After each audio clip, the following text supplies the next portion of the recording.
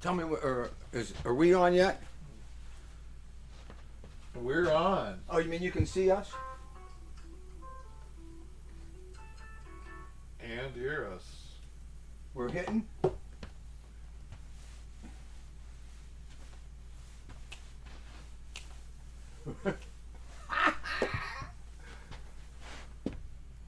Boy, am I glad to see you. And your old lady. Y'all know me. I'm Nipples the Clown. The wop at the bop. Guinea with the skinny. Norman. From the east side of Pittsfield, Pennsylvania on another Friday night. 16. Shix. You ever spell it like that? S-H-I-X. Shix. 16. Come on, man. You killing me? Can you believe that we're still here? And we don't come out and give you 20 minutes of bull crap. We give you a couple hours of raw meat. You know how we do it? We reach down into our loins and we pull out all the good shit inside. And there's a lot of it.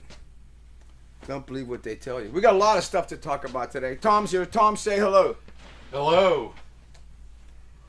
And Folks. you know what I'd like to say to Tom is? Hello, Tom. Moondog said he's putting on a watch party at the Starlight, but he ain't gonna be there. He tells me he's putting on a watch party at the Starlight, and then he calls me today in the morning, and he says, "Hey, Hunter," he says, "call me back. I'm on my way to Erie." And I'm thinking, well, what the hell? You said you were gonna have a watch party, but he said he had to get up to Erie and rub up again a couple of friends. That's where Tom comes from, up in Erie. And then Tom thinks of me as a mupp here. I'm up here for the weekend. I'm up here to go swimming. I'm up here to go fishing. I'm up here to drink some booze in a trailer and piss out in the grass.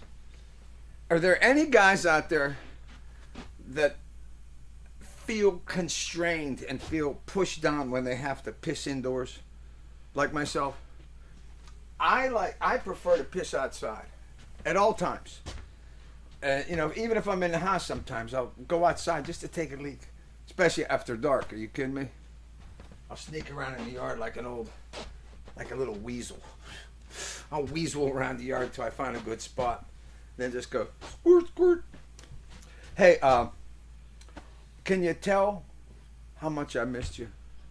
Can you tell how much I've needed to be here? And how much it means to me to hang with y'all? Because it means everything. And Tom and I were just talking about before we returned on the juice about how important it is for guys like us that have worked our whole lives to work, to have a function in society, to offer something to others. And when you don't have an assignment and a mission as a man, you know what you do? You're walking around like this here. Mm-hmm. I turned up the heat, Tom. Can you feel it? We got some heat in this goddamn place. East side South, baby. Swissville. Oh! I bought my first building in Swissville in 1976 over on Waverly Street. And you know what? Rock and roll people still live in that building to this day. Rocky, I sold it to Rocky Lamonde. He calls himself Anthony Lamonde on Facebook. For what reason, I don't know. And Vinny Q lives there with him. And he calls himself Vinny Lamonde, but his name isn't Lamonde. And Jill lives there too. She's Rocky's old lady. You know Jill, Tom? I met her. Yeah. She's, I told her, Cool. I said, she's fantastic. Yeah. And I told her, I says, when my old lady goes into the Old Lady Hall of Fame, Jill's going in right in there with her because she might even deserve to be in the Old Lady Hall of Fame more than my old lady. Because her old man is Rocky. You know what I'm saying? No offense, Rock, but jeez, I know that it can't be easy being my old lady. But being Rocky's old lady, come on. And you know what? That bitch makes it look easy. She's really something. In fact, Jill even, for a couple of years. I don't know why she isn't doing it this year. She even played in our fantasy football league. I forget what the name of her team was. But I'll tell you what the name of my team is. You want to know? Ask me. What's the name of your team? Tom, I'll tell you what the name of my team is. My team is called the Pennsylvania Plowboys. Oh! And we ain't won shit. I've been in the league 10 years. I ain't never once won the championship. Guys come and go. And Rocky is kind of like the leader of the league. And when I'll tell you what, you know what's a great day? Draft day. It always comes Labor Day weekend, and we do it in Rocky's garden. Rocky has a garden over at the old transport studio, which is where me and the old lady used to live. The building I was just talking about. There's a house next door that's empty. I think Rocky owns that now too. And then there's a big, giant double lot. And Rocky has a giant fence around it and put in a Dago garden. When you see this garden, you look at it and you go, there ain't no way a Dago doesn't have that garden, because it's so whopped out. You know, like when you drive past a house out in the suburbs and you see it and you just look and without even saying anything, your mind just says to you, Dago lives there. Because you can just tell by the way it looks. You know what I mean? You don't?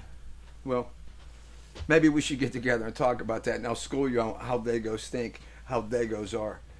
And what are you going to do? How about this guitar garden? You know what it is? It's a guitar garden. These are all guitars. These are all friends of mine. And they all hold a special place. This one here, with the upside down headstock, the neck and the whole guitar was put together and made. The neck was handmade and the body too, by my friend Chris Boyle. He used to work at Swissville Music. Very, very warm-hearted individual. I think he come from Texas. And when he and I used to get to hang together a story, and who we'd always talk about? We'd always talk about the great Texas songwriters.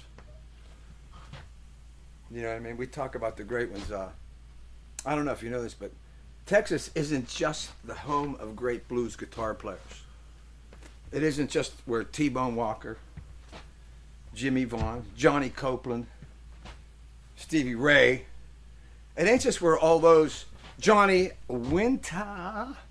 It ain't just where all those guys came from. It's where songwriters come from. You know, and how fantastic is that? You know, we don't. Well, I guess, I mean, you know, with, you know, Austin having acclaimed a certain space in the industry. I think they call themselves the live music capital of the world. And you want to argue with them about them, go ahead. But they're going to argue back, and they've got a pretty good case for themselves. Yeah, Chris made this one for me. And he made the upside down headstock. And it's fun to play because when you play it, some of a bitch hangs low on the left-hand side like it's here. And you know, so if, as soon as you can't take your hand off the neck, or it's like a limp noodle.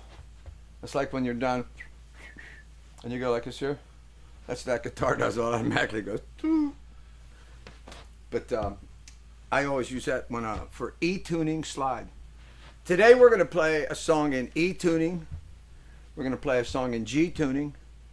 And we're going to play a couple songs in regular tuning. And we're going to play our theme song, which is It Ain't a Party Till You Get Here. You know what I'm saying? Now, you want to get all spruced up.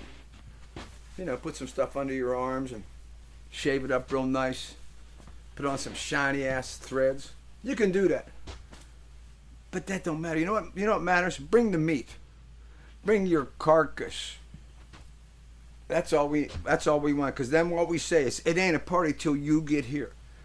And what that means is, if you ain't watching, and you ain't feeling me like I'm feeling you.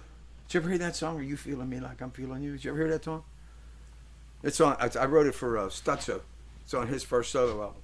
Are you feeling me like I'm feeling you? You kidding me? That's like this one song I wrote called A Mismatch Made in Heaven Can Sure Be Hell on Earth. And it says, we met at a club named Heaven by a sign that said no t-shirts, no jeans.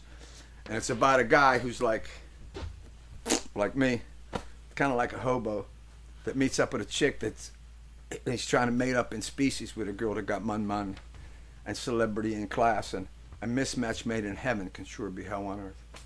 I'll have to bring that son of a bitch out and play it for you.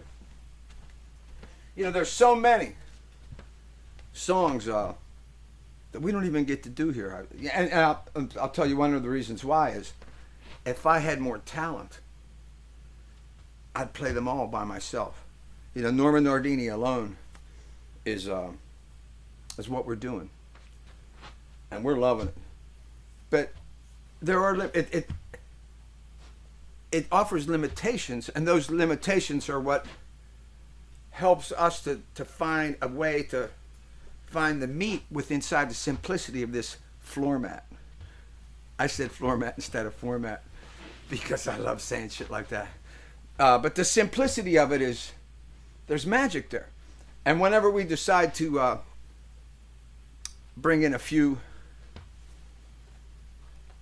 string benders or bass boppers or shingers, and we develop the floor mat into something else, well, then there's other things we can start featuring music more and songs more. But until that time, you know what I'm going to do? I'm going to wrap my loving arms around your ass. I'm going to get in real close, put my lips right by your ear and say, hello, doll. Aren't you just something? I'm going to strap it in, strap it on.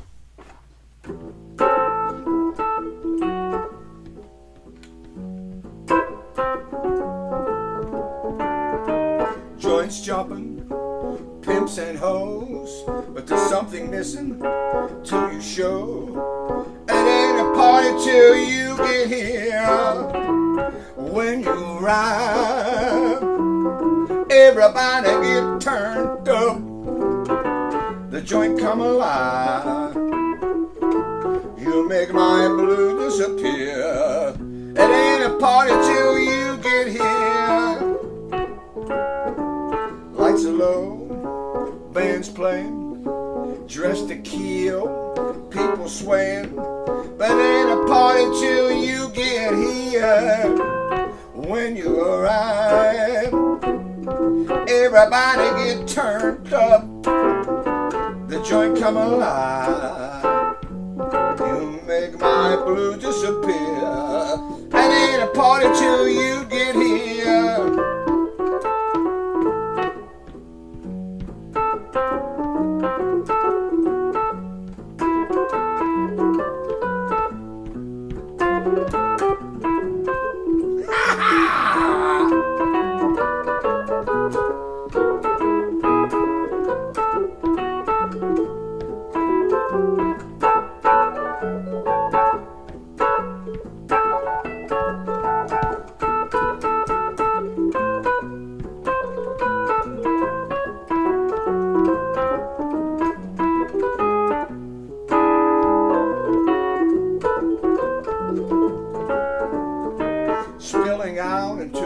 Parking lot inside a joint, it's too damn hot. But it ain't a party till you get here. When you arrive, everybody get turned up. The joint come alive. You make my blue disappear. It ain't a party till you get here. One thing I hope that is perfectly clear. It ain't a party till you get here.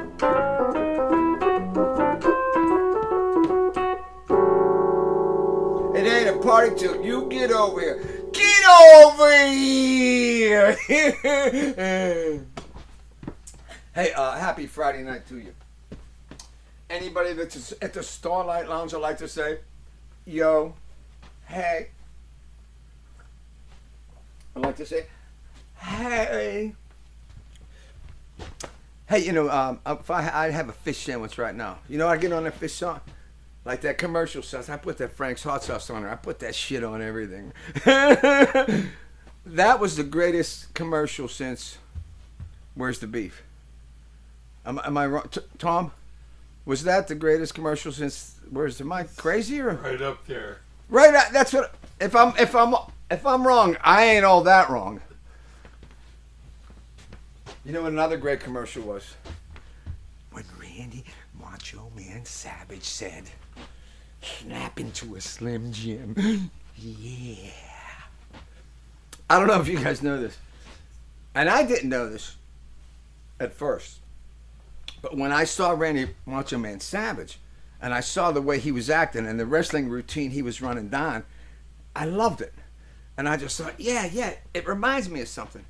And then when I figured it out, what it is, the routine he was doing, the character he was playing was what he was. And what that is a guy that's on steroids. Like the way he acted is the way guys that were taking steroids acted. Yeah, man, like that. Because I was working with some cats that was doing that shit, and they were acting like the Macho Man. And when I realized that in my head, it was like, it made me feel good because it made me understand why I liked him so much. It was because what he was doing was natural. It was real. He was just portraying the character that he had become by being a wrestler and being a guy who was selling his body. He was doing the roids, and they made him act that way, and he turned that into his gig. That's life at its best. Not that I condone doing steroids, but what I do condone is, if you're going to do an act, do something that's based in reality. Do something that's close to who you really are. You know, like the way I act when I'm doing this shit, it's kind of like how I used to act at my mother's house on Thanksgiving. The way I'd act at my mother's house when my aunts and uncles would come over, my cousins would come. I would just turn up the nutbag that was inside me because I was so excited, because my parents, especially my mother, would celebrate these days like they were special. And she would clean the goddamn house, and she'd fix her hair and put up a little makeup on and get out the big table and get out the good silverware and all that shit. And she made it into something, and her excitement transferred to me, and that brought out the a-hole that lives in my shorts. And when I let that a-hole out, like Macho Man, you know, I'm sure he didn't act like he acted when the camera was on all the time, but it wasn't that far away. You see what I'm saying? I don't know what my point is here, but I think what I'm saying is when you're working a character, it might be a good idea for it to be not too far from who you really are. You feel that? Get over here, you son of a bitch, because I'll give you a god. Thanksgiving. You know what I mean? How about it? It's coming up. And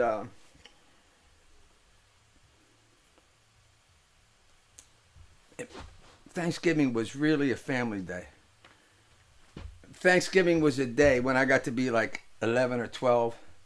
My mother would say to my old man, "Go ahead, give him a little bit of wine."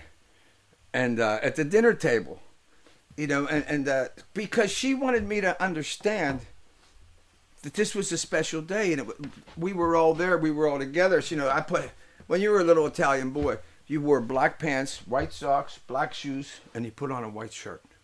That's how they would dress you up for any occasion. That was the uniform. When I would get together with my cousins, some of us even have a black tie, but it was always a white shirt, black pants. And we would be dressed up, and then what my old man would do, he would get out a bottle of sweet wine, and then he'd give me a shot glass full of it, and give the other kids, you know, that were old enough, and we'd just sip it. My mom would say, "Oh, you be careful with that. Just take a little bit." But as soon as it would hit my lips, I could feel it warming up my gizzard. You know what I'm saying? Not that I'm a big booze hound. I hardly ever drink, but just that. What it did was let me know that this day was special. It was Thanksgiving. A couple years ago, I wrote a song called Thanksgiving that I never finished. And songs, sometimes a song, it's not a great idea. A song doesn't need to be finished. You know, when you write it and you do the meat, the hardest parts of it, you get all that put together. That's where the main work is. But if you don't have a store to take it to, and where people can look at it and purchase it, or have a gig to play it on, what's the sense in finishing it? And doing the finishing of it is also hard work. And why do that? And if you don't have a party, why get all dressed up if you ain't going to a party? So I had the song very ready, and then I decided now to finish it. And I'm not even sure that it is finished, but I'm going to play it for you guys. And I'm going to do something I hate to do. And what I hate to do is read words to a song. But I think I kind of have to, just to make sure I don't totally crap out while I'm doing it. And I don't want to embarrass myself. You dig what I'm saying? So if you see me looking at the words, please don't think of me as one of them guys that's in a band and standing on stage looking at a teleprompter. You know what I mean? I ain't that guy. But since this song is just like written in the, just finished and learning in the past 7 or 8 days, I'm going to have to do this. And what I'm saying is, please forgive me. Oh, and one thing I want to talk about getting a real pair of glasses. I'm trying to make this big decision in my life. Should I actually take the step and buy a pair of glasses that I didn't pay somewhere between $12 and $18 for at the drugstore? I'm thinking about buying a pair of glasses. We're going to have to talk about that. You guys are going to tell me what you think. But right now we're going to talk about Thanksgiving, which is coming up. And what I'm going to try to do is play this song in 2 weeks at the next show. And maybe I'll make some adjustments to the melody and to the words by then, if I feel that I need to make this thing right. But I'm glad to do this. Maybe I should put this thing over here. Okay. I'm making a big effing production about it, huh? I don't want to be a sissy. A sissy boy. Okay.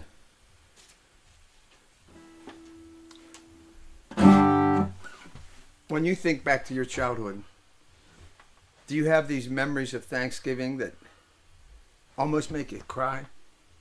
See, I do. Because we were all there. And my mom was on stage.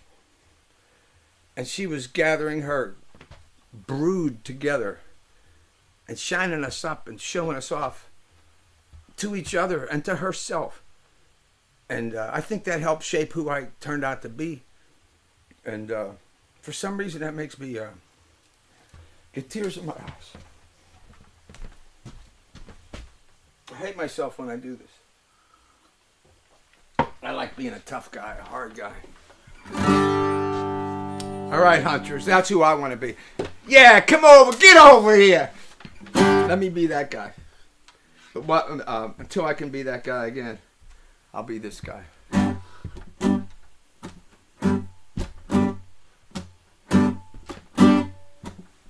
Comes a time for planting, comes a time to tend, comes a time to harvest at the season's end.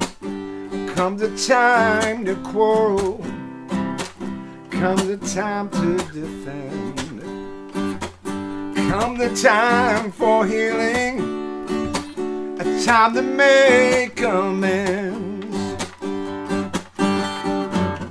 Comes a time to be humble, a time to bow down. Comes a time to be grateful for the blessings abound. Comes a time for living, comes a time for Thanksgiving. Comes a time for teardrops, comes a time to laugh. Comes a time to be still, comes a time to dance. Comes a time for shouting, comes a time to pray. Comes a time for working, comes a time to play. Comes a time to be humble, a time to bow down. Comes a time to be grateful for the blessings abound. Comes a time for living, comes a time for Thanksgiving. When the turkey comes out of the oven, open a bottle of wine, and hear Grandpa tell the same stories that he told last year at this time. Comes a time to remember, comes a time to embrace all of these memories that cannot be erased. Comes a time to be humble, a time to bow down. Comes a time to be grateful for the blessings abound. Comes a time for living, comes a time for Thanksgiving. Comes a time for living, comes a time for Thanksgiving.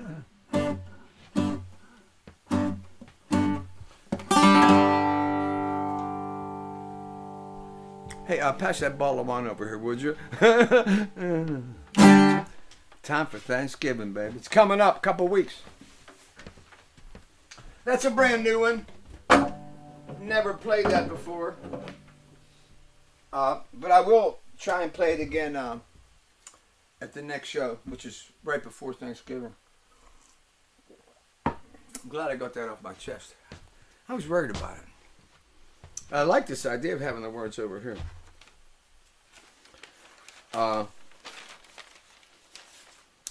I was talking about my mother a bit on this subject of Thanksgiving. And I was talking to one of my neighbors this week, Pete and Peggy. They live across. Oh, so I guess it was Halloween night, and me and the old lady were, doing the candy thing and enjoying that. And Pete and Peggy were down the street, and they had like a little table set up, like Tom have.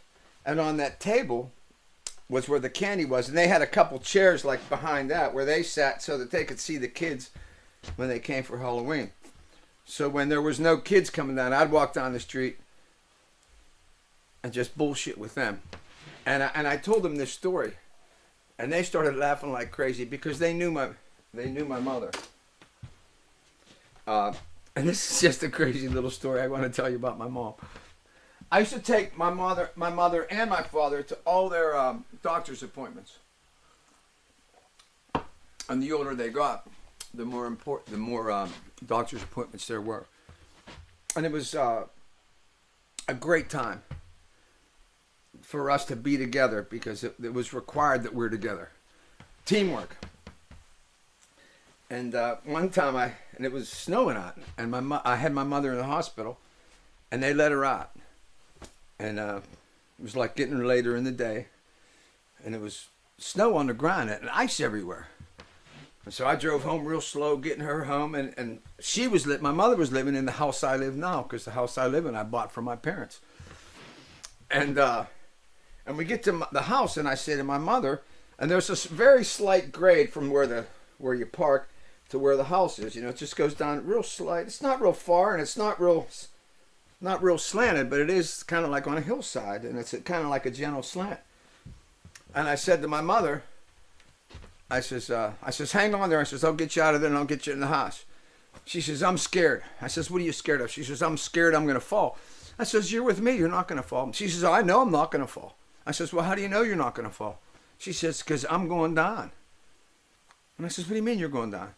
She says, I'm going to get out of this truck. And she says, I'm going to get down on the ground. I says, what are you talking about? She says, I don't want to fall. I says, you're not going to fall. I'm here. You can just hang on to me. She says, I can't do that. I says, okay, what do you want to do, Mom? And she says, get me out of the truck.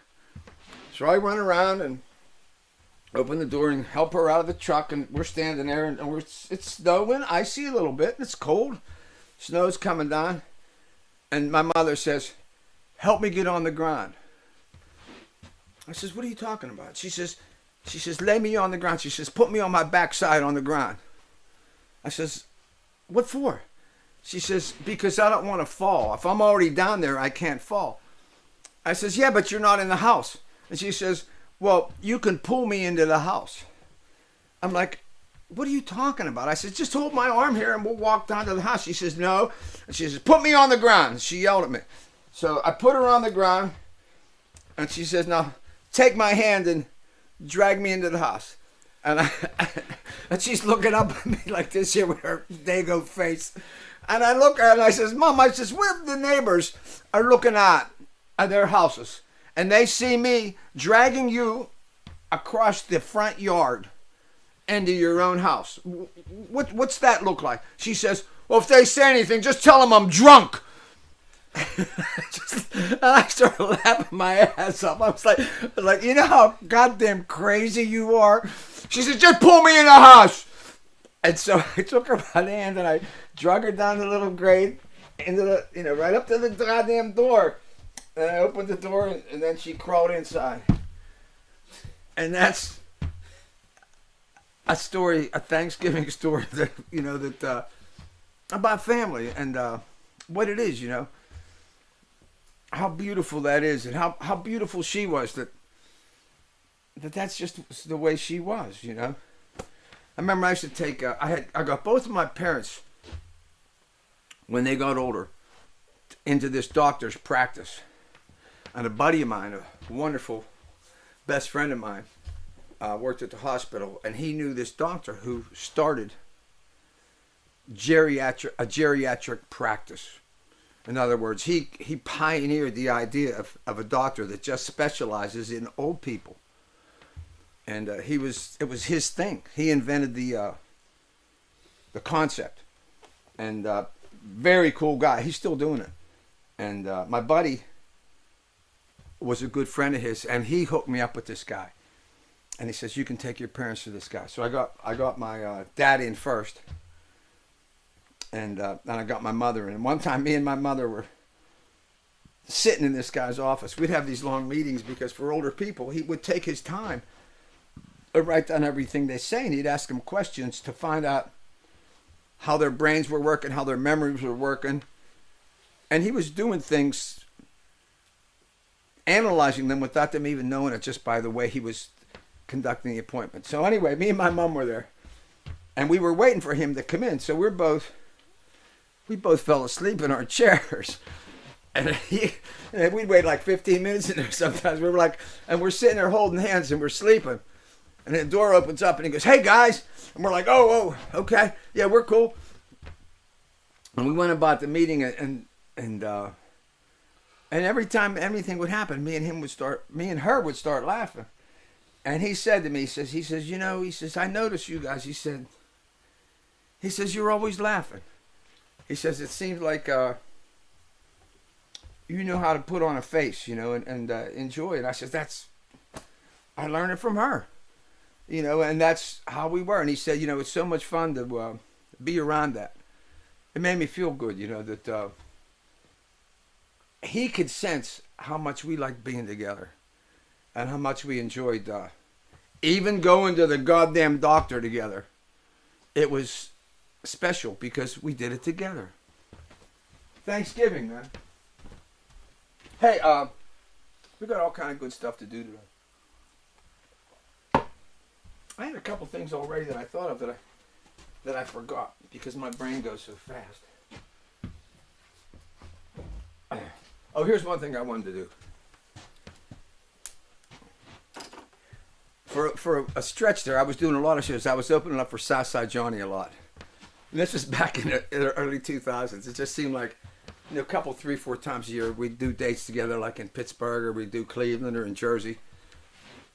And this is when Bobby Bandiera was playing guitar for me, and that's when Bobby and I developed I guess what you're going to call it, what I would call it now, was a lifelong friendship.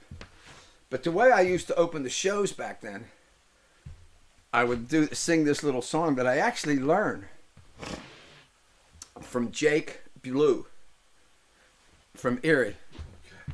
And Jake Blue taught me this song when we were just getting drunk one night in the trailer. And I started using it to open the shows. And Bobby and Southside, once they saw me do it one time, whenever I would come out, every time after that when I would do a show, they'd always come out for when I would start, just to see me do this stupid thing.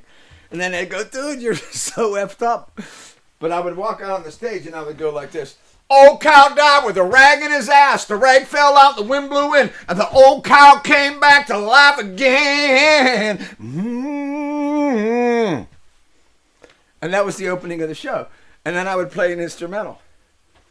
But Jake Blue taught me that song. He would say they sang that on the farm when they were little kids. And then there was another verse. I can't remember it. It was like, me and my wife and a bobtail dog tried to cross the river in a hollow log.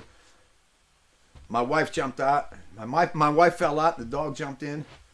Don't ever want to go through that again, or something like that. But I would, you know, just shout it out and make a big show. And the reason I would do it, and Bobby would always say, why the hell do you do that? And I said, to get their attention. I says, that's my way. You know, if somebody doesn't always announce you, and even if they do, even if somebody says, put your hands together for Norman Nardini. Well, if you come out and you be somebody, well, maybe you'll get their attention earlier in the set. So he says, I never seen nobody do nothing like that. I says, well, I said, it works for me because I demand their attention. I want them looking at me. I can't stand when I'm on, especially on a show, if they're out in the audience and they're talking to each other. I want them looking at my ass. That's why I'm there. So I would come out, oh, cow died. And then people go like, who the hell? And you know what? And that's how it worked. It wasn't a bad thing. It was a good thing. And then I would do this one here. This is good. I learned this from my roadie Higgins. Check this, and I would go like, just 3 lines. But these 3 lines were always lighted up. Too light to fight, too frail to wail, too thin to win. You know what I mean? It's just stupid. It's like a boxer would say it. Oh, I watched 2 Rocky movies this week. Did you guys watch them? Oh, it was killer. How great are Rocky movies? So simple, so childlike. And they basically satisfy our needs of giving us everything we want. Or at least everything that I seem to want. You know, the story of the underdog. The story of a man against all odds. And you know what he does? He reaches down into his pants. And he tightens up his nutsack. And he becomes somebody. Win or lose. And his joy is the conquest, the fight. It isn't whether he won. It's the fact that he gave it all. And that's the joy of it. I think growing up in a sports town, although I was never really played competitive sports because I wasn't man enough, but the attitude of giving it your all and the joy of the event was inside of me at a very early age. The idea of competing on show with famous acts, and guys that were stars. Long before I even had a chance of being noticed, I wanted to fight with them guys. I'm the opening act. Well, I'm going to give them something. I'm going to try and make sure the show starts when I get on stage, not when they get there. Not to take anything away from them, but if I'm going to be in this kind of company, well, I got to hold my own. Right? I don't know. Eastside Sound Studio, that's where we are today. That's where we have done all our alone shows. And Tom and I have been talking about someday changing our floor mat and adding a musician or two. I think I mentioned that earlier. And how, when you've done all the hours standing in front of this goddamn camera by yourself,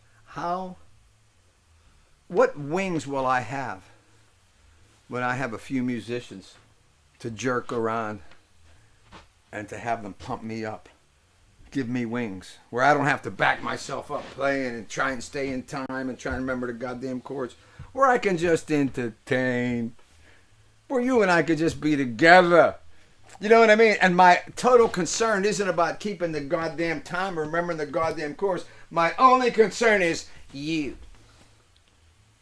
And how good I can make you feel. You know, like I'm a performer.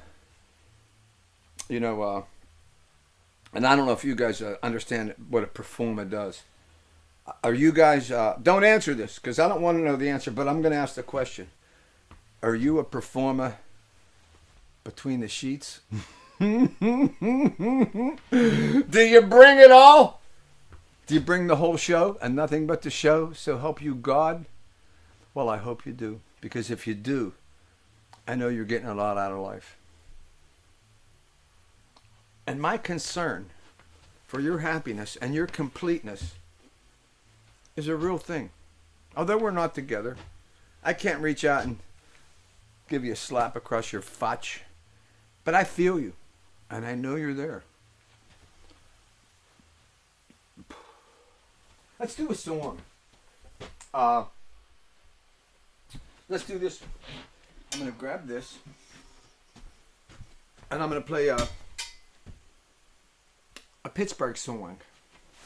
Oh, we're going to talk later. The liver lip troll is no longer at the evil empire. We'll talk about that in a little bit. How phenomenal is that?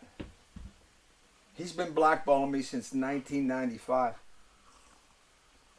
Officially. But he was blackballing me a few years before that.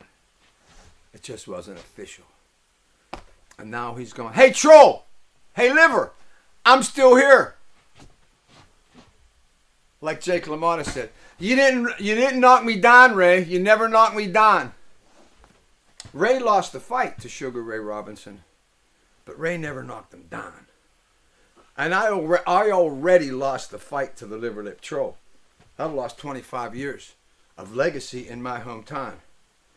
But he never knocked me down. I lost the fight. I admit it. I don't have to win every fight. But I do have to fight. You feel that? Hey, when I jumped in the shower today, I took off my pants and my goddamn slide fell out on the floor and cracked. And glass shattered all over the bathroom floor. My old lady was downstairs. She goes, uh-oh, what the hell's that? And I told her, she says, you better clean that up. She said, get my dustpan.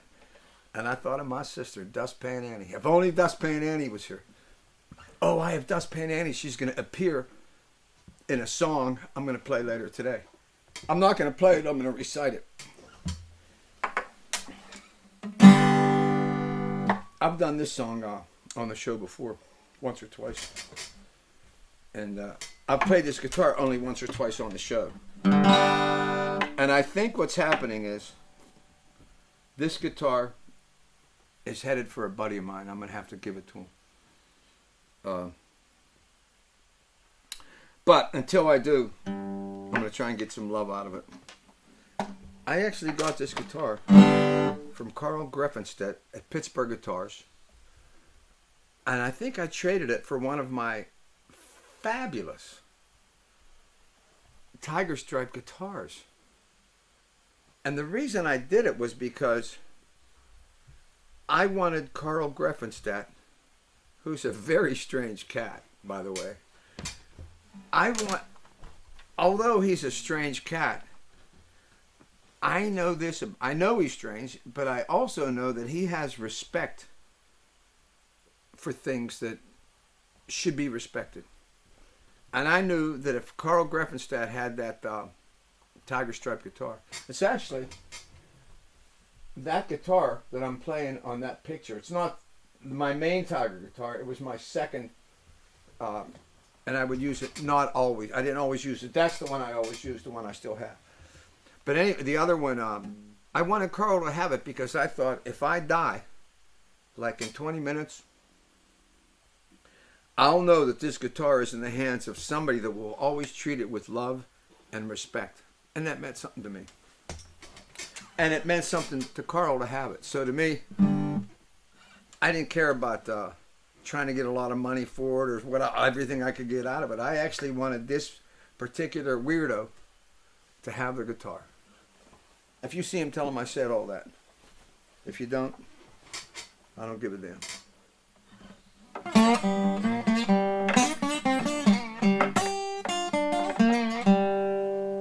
I remember when I was a little kid, my phone number was Brandywine 2712842. I think it was.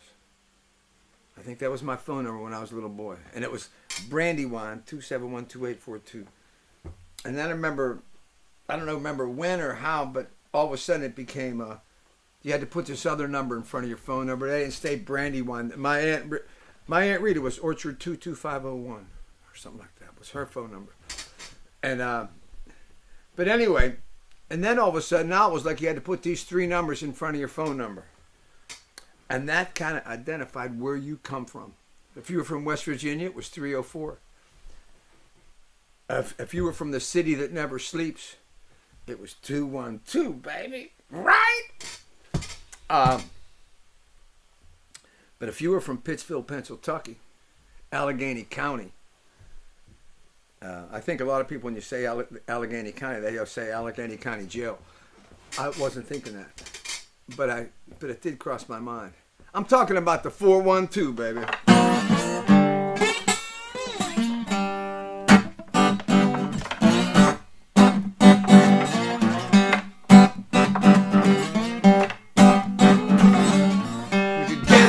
Town, you call it Jetney.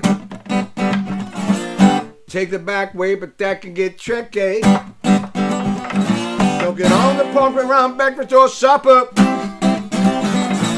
Route 28, it's bumper to bumper. You're gonna have to tunnel your way through the 412. This here's a sports town, we got the Bucks. The Pens, the Panthers, and the Steelers don't suck. We kick everybody's ass and we don't need a reason. Every day we thank God, Wayne in Cleveland. Never bit up on a we could chew in the 412. In the city of champs, we drink Iron City beer. We ain't in West Virginia, but you can see it from here. I got a lot of memories running around my head. Things that Bill and Patty Burns and Sophie said. Now we the home of Mr. Rogers and Chili Billy. Got a shot chicken on the hill with Willie. Yeah, we got quite a crew in a 412.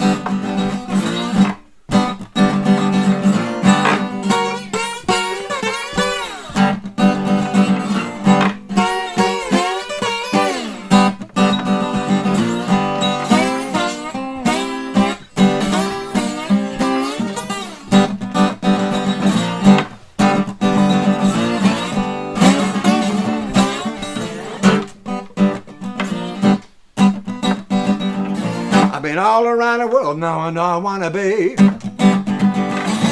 living the dream here in Pennsylvania. I was raised up and you can find my kin. Everybody's always calling everybody ends. 3 rivers running through Mount Washington view. Folks like me and you, that's the 411 on the 412. 412, 412, 412, well.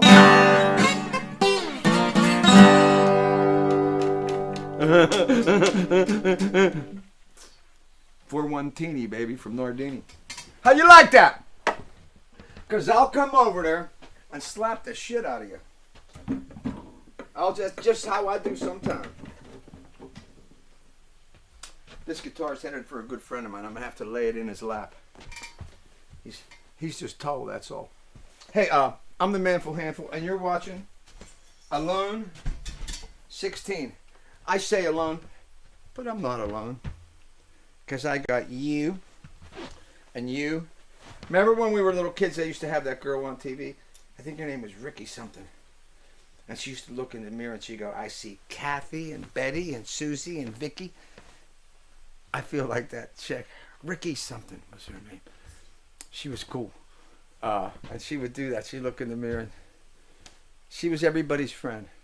You know, a couple buddies of mine, they were saying, well, when are you going to get some new clothes and do the other things? Let me tell you something. What we're doing here, I don't want new clothes because I don't want to change what I'm doing because did Mr. Rogers change his outfit?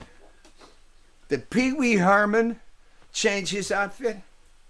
I'm somewhere between Mr. Rogers and Pee Wee Herman and Jerry Lewis and all the knuckleheads. And whenever we change our floor mat, of course, I'll change my underwear or whatever. But I think, well, as long as we're doing what we're doing, I don't want to change a goddamn thing, honey. I just don't. I don't! Hey, how you doing? You know what I say to my old lady sometimes? Get over here!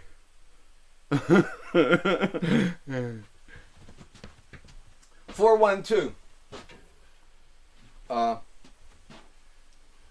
That's where we live.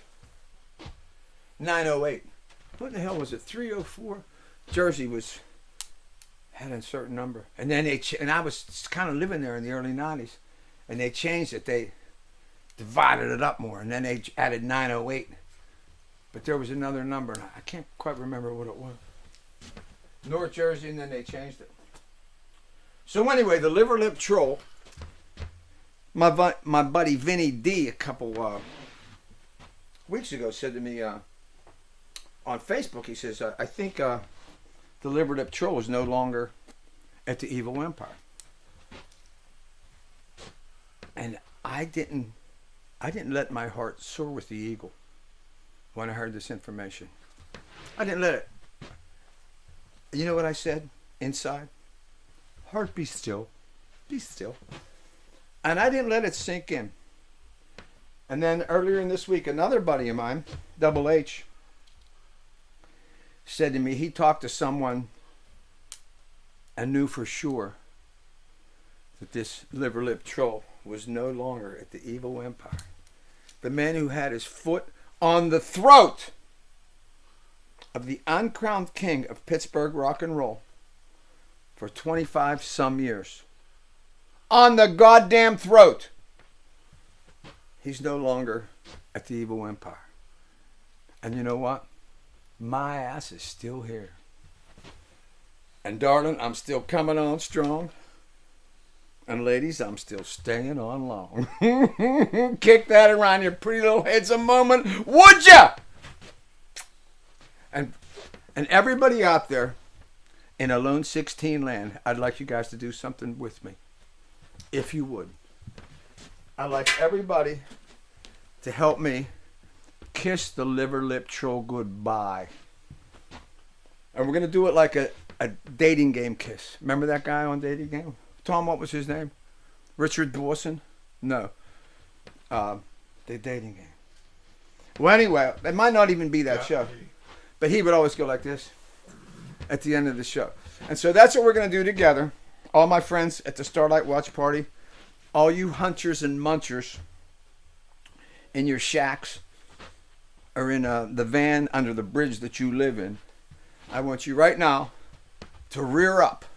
Take your hand like this here. And on the count of 3, we're going to blow a kiss to the liver lap troll and say, good riddance, you son of a bitch that kept your foot on the throat of the uncrowned king, a man who could only have helped this town.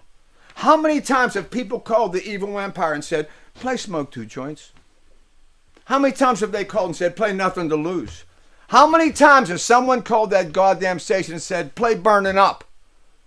And how many times has a Pittsburgh girl called that station and said, play I Want to Get to Know That Girl? How many times has that happened? I'm adding it up in my head, and as for every number that I count, I get more and more. I'm not counting votes. I'm counting times that I've been dissed and denied. You feel me now? Because I'll come. All right, let's count it off. On the count of 3, we're going to blow the liver lip troll out of our goddamn lives. 1, 2, and he's gone. And who's still here? The uncrowned baby. Yeah. You want a piece of this? Because I'll slap this sons of bitch. Man, am I glad to be here. When I'm here and this camera is rolling, my life has meaning. I'm a somebody. That's the old, like the old Dagos used to say. Yeah, I'm a somebody. But when the camera's running, Tom, when I see Tom sitting behind that machine right there, I know I'm somebody. I know I'm alive. I know when I lift my leg to let one go. Remember that time we talked about lighting farts? That was a couple weeks ago. That was killer, right? That was a great show. Because lighting farts is what boys do. It's like, it's how a boy grows up. It's how he knows he's a boy, because he let one go. My old lady's brother has a son named Liam, and my old lady was visiting them one day, and they were sitting at the dinner table, and Liam at the time was like 6 or 7 years old, and as they're eating, Liam ripped one at the dinner table. And then she said, he said, I ripped one, Daddy. and her brother, his dad, she said he got the biggest smile on his face. And I just thought, that tells me that life is going on. There's new people growing up. And I know when I was a little kid and I'd fart at the dinner table, my mother would make a disgusted look and my father would make a look of pride. And that's how I knew the difference between men and women. You know what I'm saying? You don't? Well, I do. The other night, 4 o'clock in the morning, I don't know why, and it wasn't a plan, and it isn't anything I wanted to do. Although I do make plans to write a song for a specific reason. Right now, I'm making a plan and gearing myself up and getting my mind together to write a song about a Pittsburgh hero. So I do pre-plan and write a song for a certain thing. 412. I wanted to write a song called 412 for a while, and then it just came. And I didn't make it came. I knew that I wanted to write it for a couple years, but I never did. And then all of a sudden it came without me deciding to write it. I just knew I was going to one day, and then it came. And like this here is a song about a current subject. It's about COVID-19. I didn't plan on writing this. This isn't a song that I wanted to write. It just came, and I'm just going to read you the words. And see what you think of it.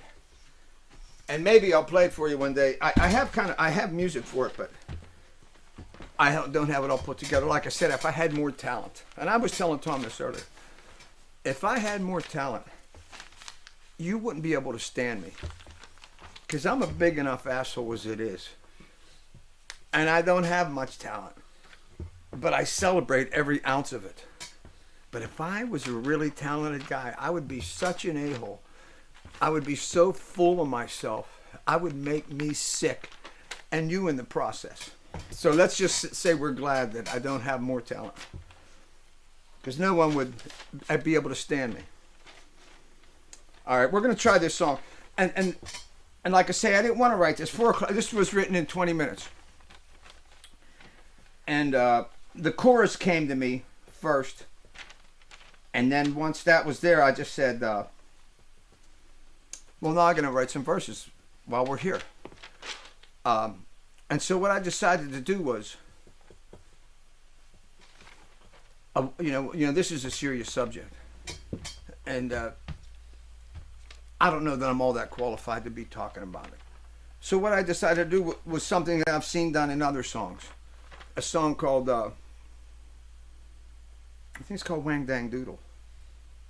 And in the song Wang Dang Doodle, Willie Dixon wrote it. I told you I met Willie back in the 70s. And Willie, in that song, he personified people. Tell Automatic Slim and Razor Totin' Jim. Tell Fast Talking Fanny. And he created these characters, and you saw them as the song played. And another song that was, what the hell was the name of that song? Ling Ting Tong from China. Oh, it's Function at the Junction by Shorty Long. I mean, how great was the record Function at the Junction? Remember that, Tom? Yeah. Down at the Function. Right. I mean, it was so sold out of its mind. It was so goddamn funky. It was just the shit. And it was Ling Ting. It started off Ling Ting Tong from China. There you go. I mean, you got my attention. All right. So what I decided to do for verses, I just decided to put my people in the song. And I don't know if it's any goddamn good. Here, get a snort. I don't know if it's any good. And to be honest with you, I don't care if it's any good. But I'm going to stick it in your ear right now. And just see what you think of it. And a bunch of characters in my life. I remember I told you last week about that party we were all at, and my friend Pete. In fact, I'm going to talk about Pete a little bit later. Maybe I'll save it for then. But one day we were all partying at Pete's house, and Pete lived in Asbury Park. And I had mentioned before that his son woke up and came out, and that was part of the story I told last week.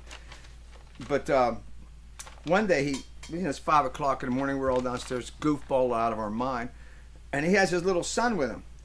And he looks at his son and he goes, "Count the losers."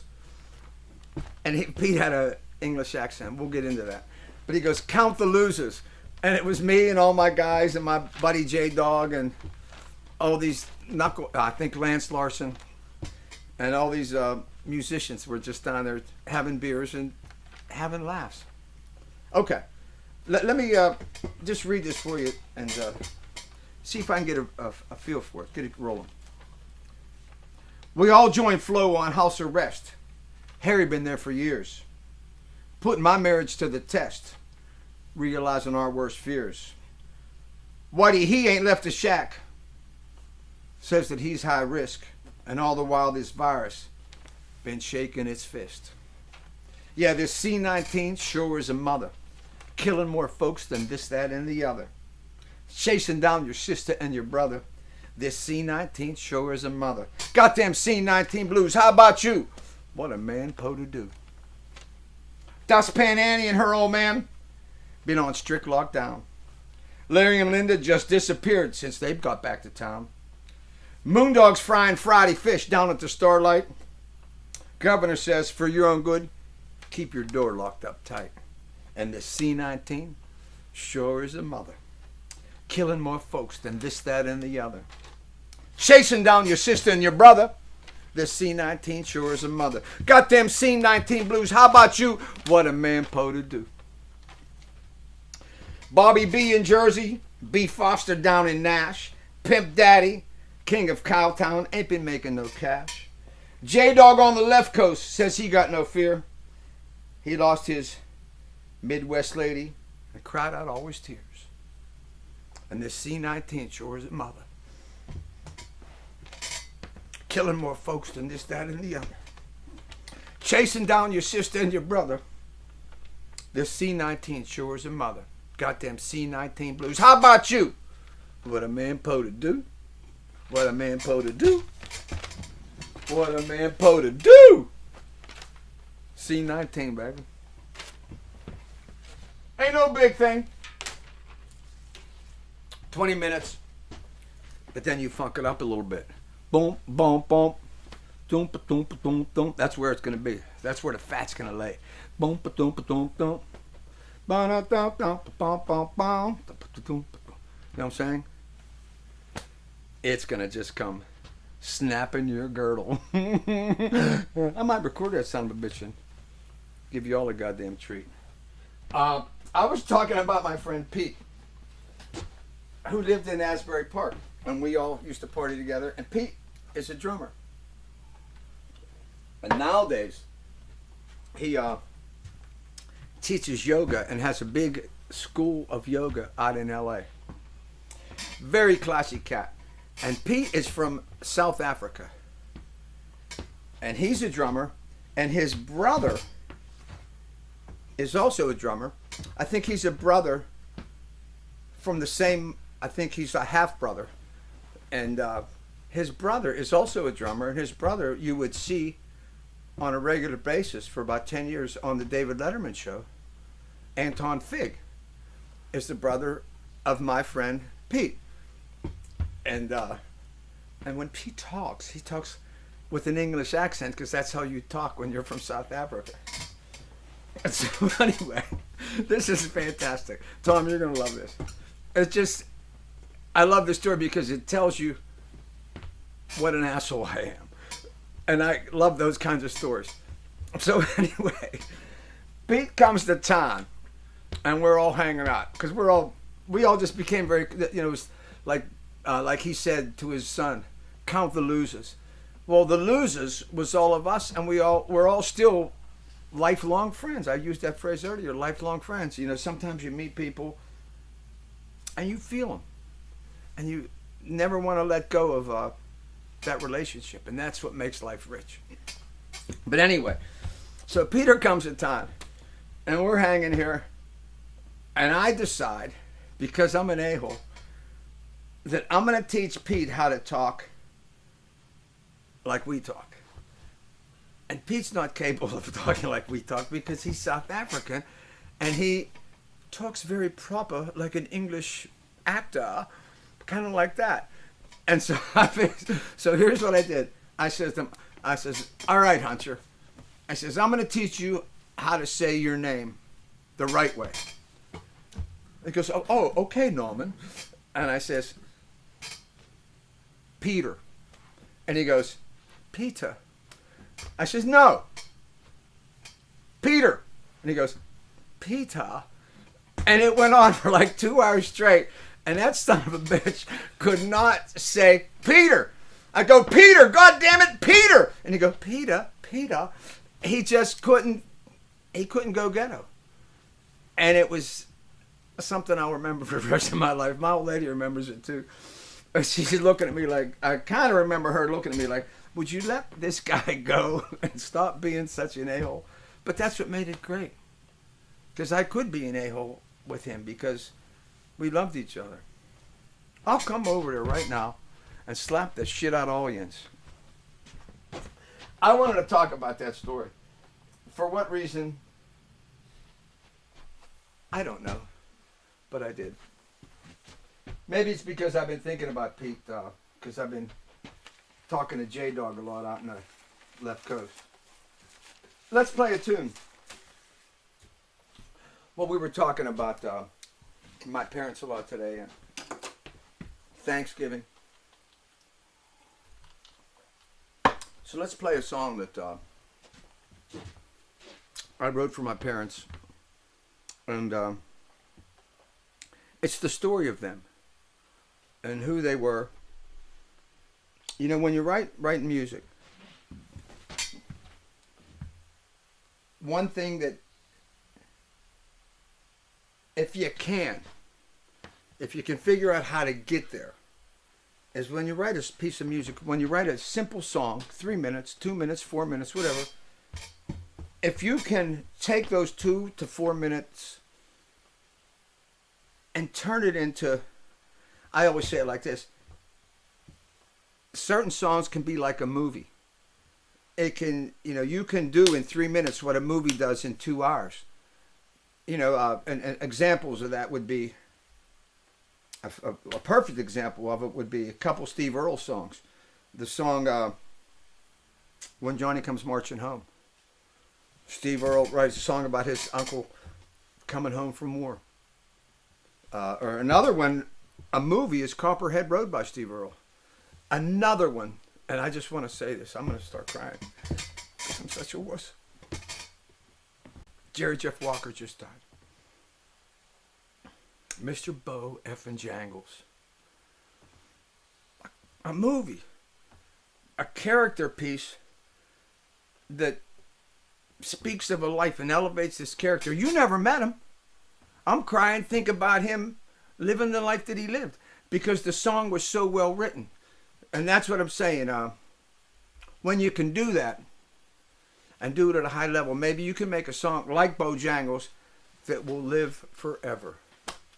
And 100 goddamn years, some hunter's going to sing that song, and some sap like me is going to start crying when they hear it. That's an accomplishment.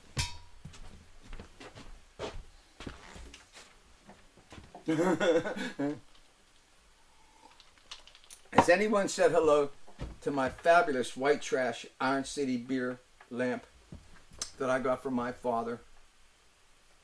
Say hello to it. That signifies how the trash that we are. Because to us, that's worth $1 million. Look at that.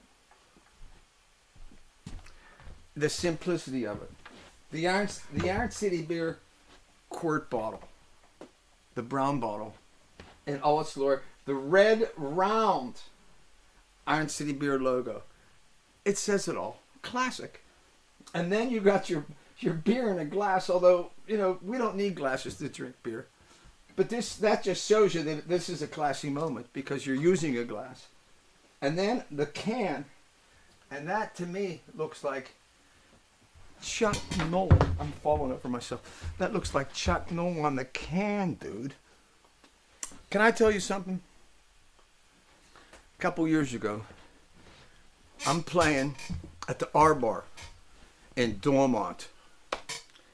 I'm on stage. This is a weird show. I'm on stage at the R Bar, and I'm working it. And at the R Bar, everybody's in your face, and everybody's smoking cigarettes. And it's a tight little. It's like a long, thin room, and it's packed with people, smoking, drinking, laughing. Dance floor is packed. And some chick who I didn't even know comes right up in front of me because you could. I'm standing there, and the people were right in front of me. I'm just like a foot off the ground. So I'm as tall as a regular person when I'm on stage. And this chick, and this happened to be, it was on my birthday. And this a couple years ago, and this chick looks up to me and she goes, and I went,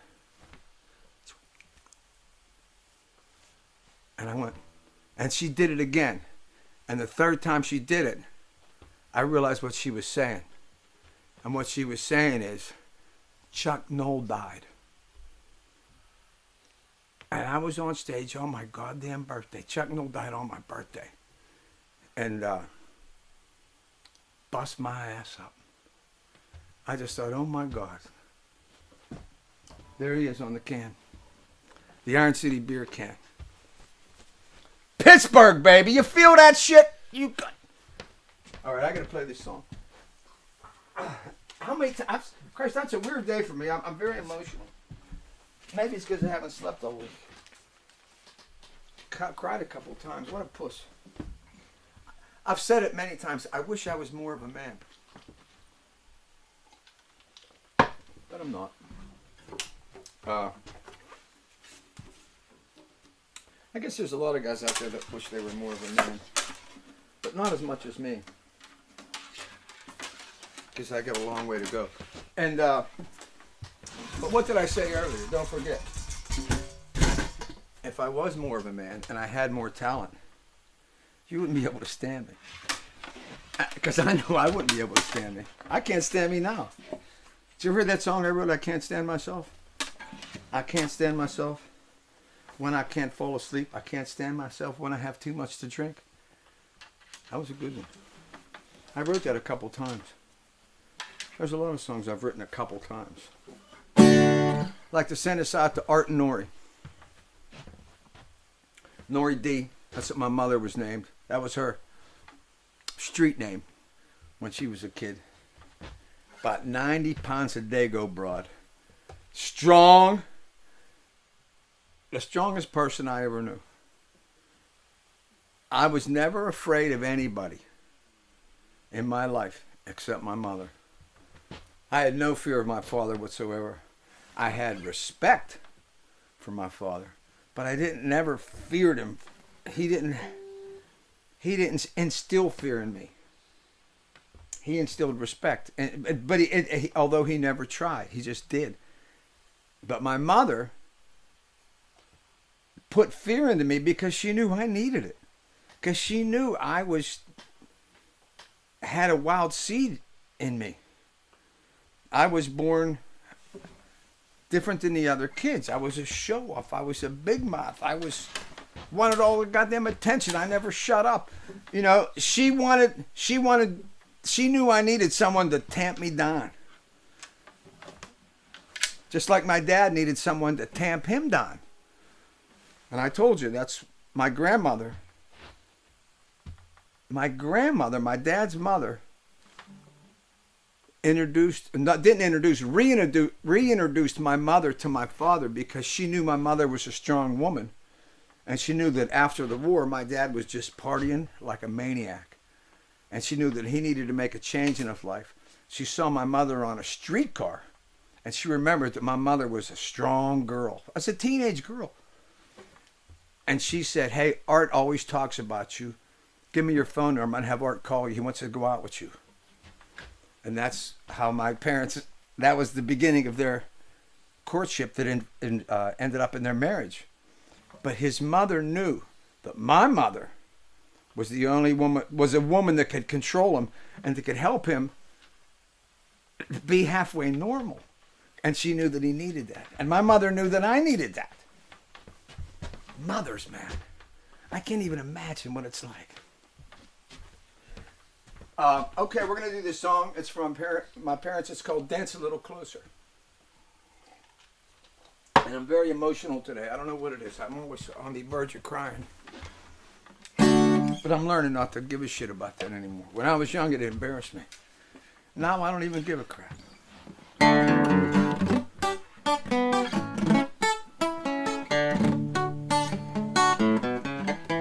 I could hear the music play. All the people start to sway. Deep inside, I feel an urge to hold you close to me. All the magic of a dance land night. You in my arms just feel so right. Jitterbugger the night away. And then you hear me gently say, dance a little closer to me. When we move in two-part harmony, all the world starts to glow. So dance a little closer to me.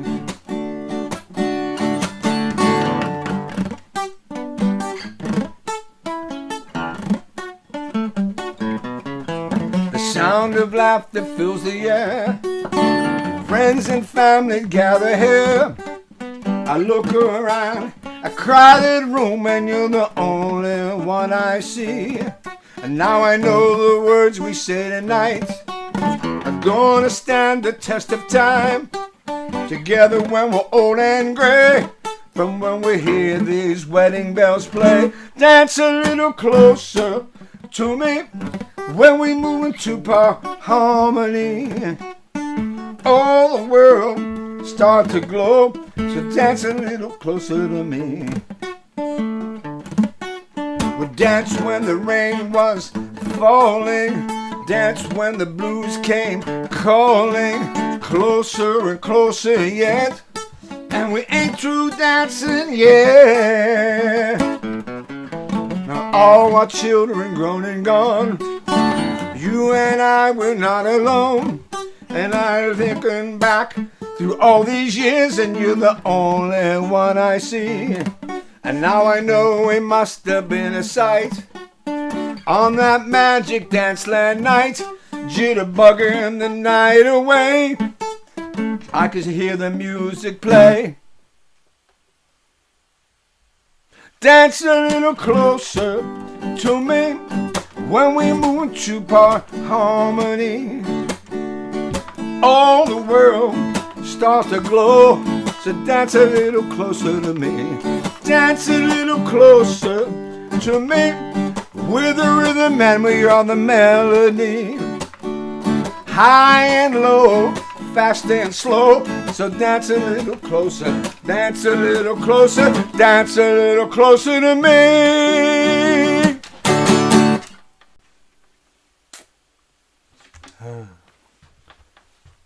How about that, right?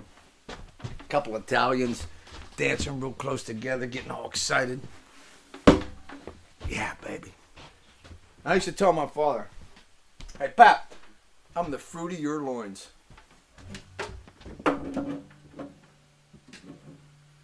Love saying that to him. He'd give me the big Dago smile. I'm the fruit of your loins. Well, I used to always do that routine. I try to do that routine with him. I'd say, "Pap, when we get to the party tonight," like, I got my coat. I don't even know if I'm brought the right buttons. I'd say, "When we get to the party tonight, I'm going to put my arm around you and all my uncles or cousins or whoever are going to be there. I'm going to put my arm around you. I'm going to point to you and I'm going to say, you see this guy right here? I'm the fruit of his loins." And when I say that, you say, "You got the fruit part right." And my dad said, "I ain't saying that." I says, "Pap, it's cool." I says, "It's a joke. I wrote it." You just say, "You got the fruit part right." And he says, "I'm not going to say that." And I know this sounds stupid to say, but that's how I know he loved me.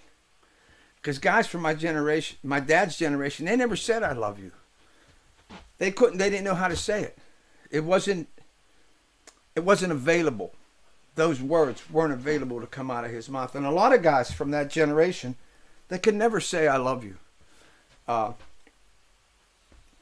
he couldn't say "You got the fruit part right." And that's how I know that little Dago loved me so goddamn much. He was so proud of me. One time, I had my parents come to Moondogs to hang out and watch a show. And so they're sitting in the back of the room. I'm up on stage ham boning. And I introduced my parents to the crowd. And someone yells, "Tell them to stand up." I said, "They are standing up, but they're only about this tall." So they were about as tall as the regular people sitting in their chairs. And later that night, I brought my dad up on stage to sing a song with me. And I called him up on stage, and he's standing right beside me, and I'm so glad to have him with me. And he's standing there, and while he's standing there, I'm start talking about him and his life and who he is and what he means to me. And while I'm talking about him, he like taps me right in front of me and right in front of everybody, and he goes, "Are we going to sing or what?" He was telling me to shut up. "You brought me up here. Now I'm going to sing." And God damn it, I'll never forget that. "Are we going to sing or what?" And you know what song we sang? We sang, "Just because you think you're so pretty. Just because you think you're so hot. Just because you think you got some like a nobody else has got. You're causing me to spend all my mun. You laugh and call me Mr. Funny Santa Claus. Now I'm telling you, baby, I'm through with you because, just because. My old man would sing that.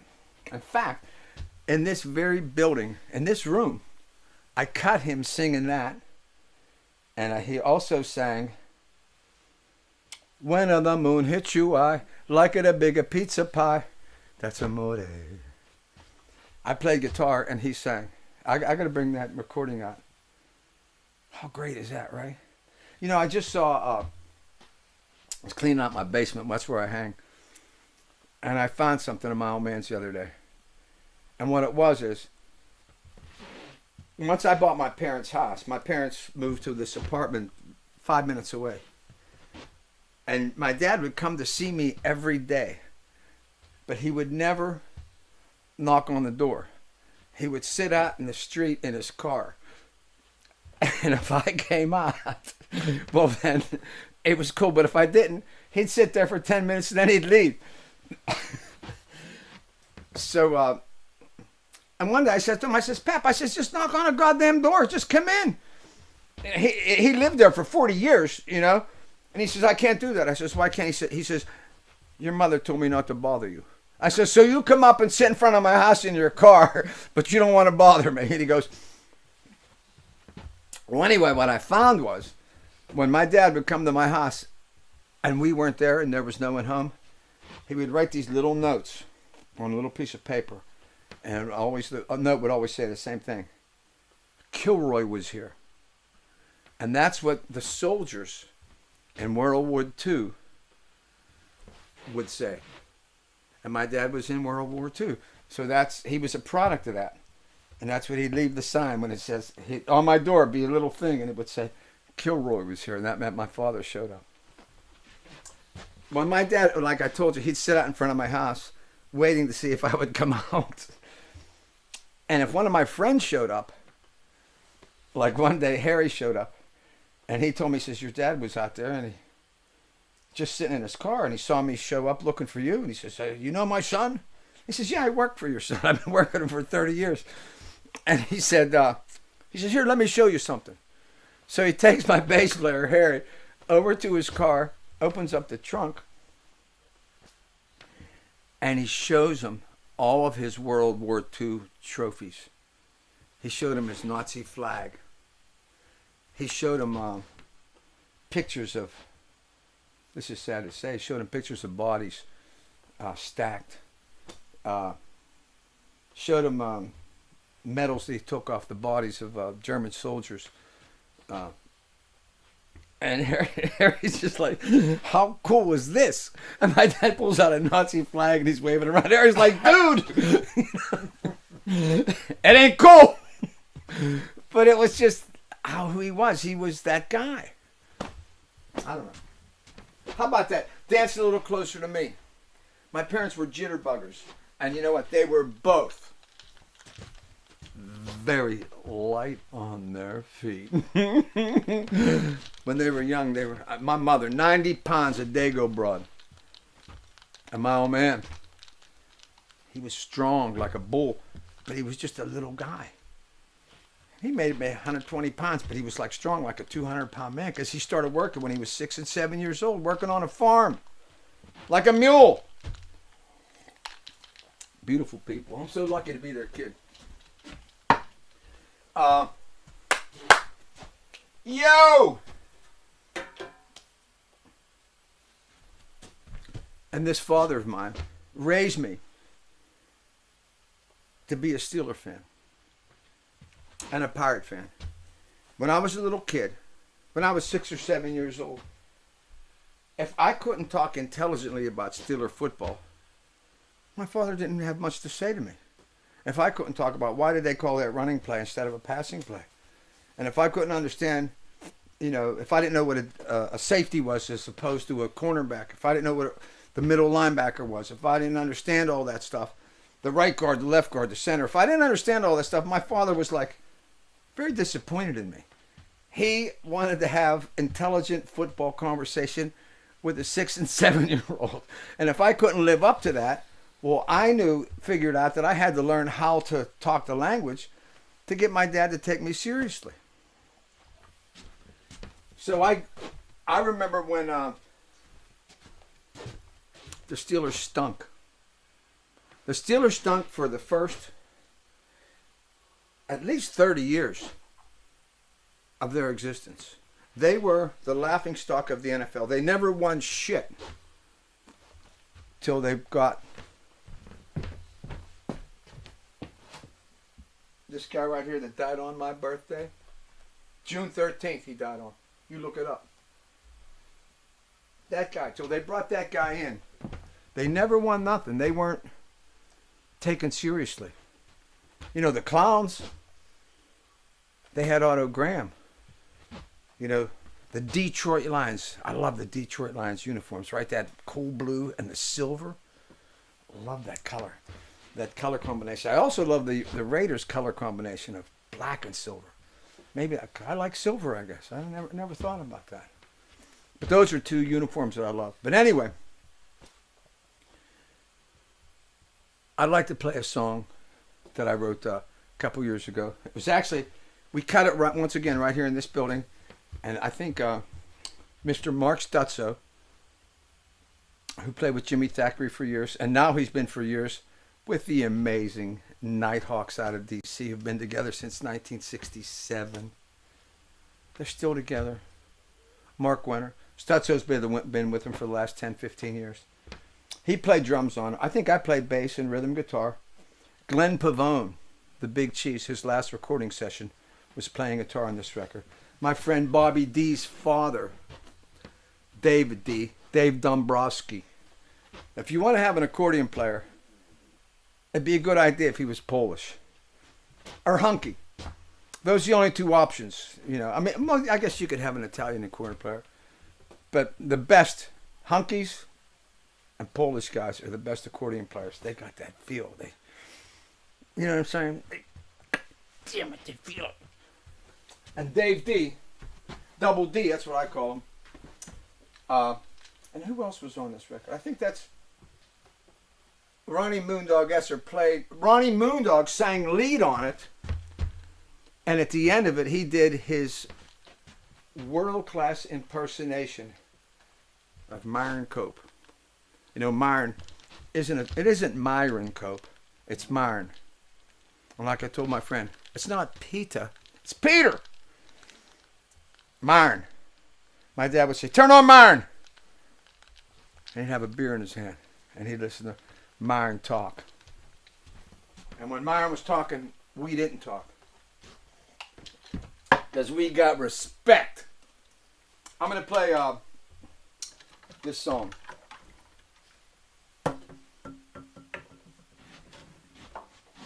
Wrote it a couple years ago, and we haven't had all that much cause to celebrate since I've written it, actually. In fact, if you look around on the internet, you can find it. It's called Steeler Nation. There's a video that goes along with it. And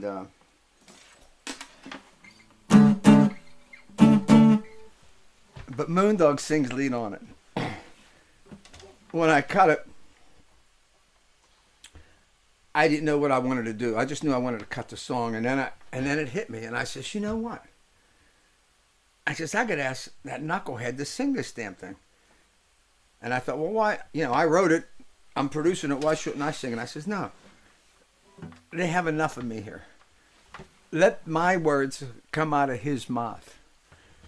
And I don't know if you guys know this, but Moondog has a really good singing voice. Moondog could actually be a singer if he wasn't into real life so much. And, you know, he has his different accomplishments that are significant to him. But anyway, he sang lead on it, and we're going to play it. I'm going to play it for you right now, and it's called Steeler Nation. You like that name?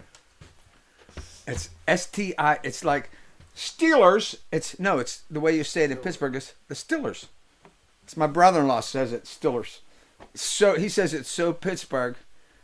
Just to hear him talk sometimes, to me, I love my brother-in-law. You know, when you have a brother-in-law, it could be a great thing or it could be a tough situation.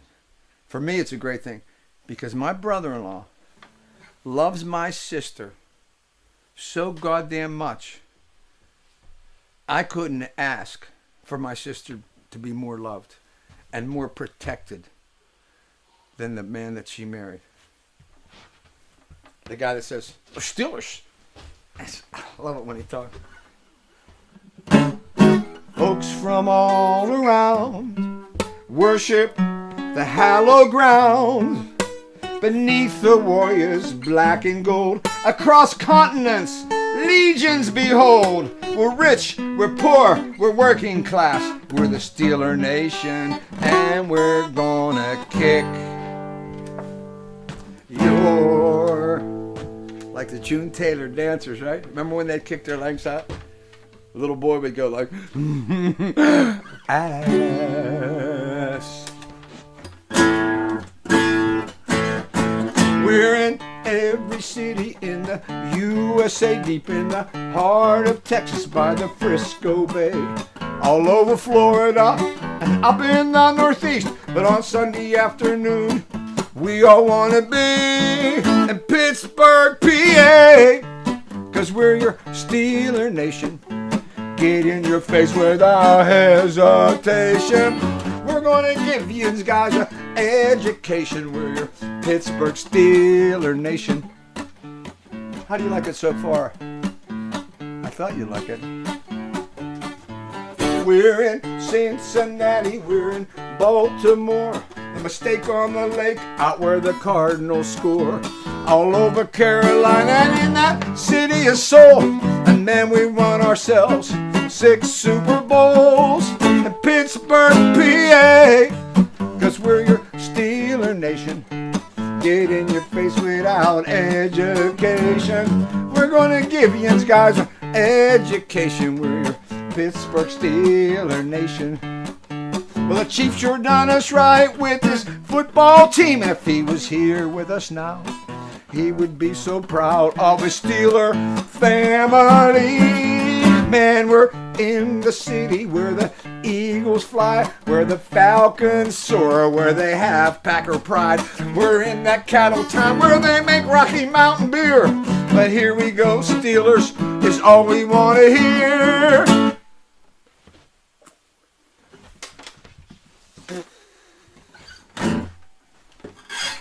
In Pittsburgh, PA, 'cause we're your Steeler Nation. Get in your face without hesitation. We're gonna give you guys an education. We're your Pittsburgh Steeler Nation. And the Super Bowl is our destination.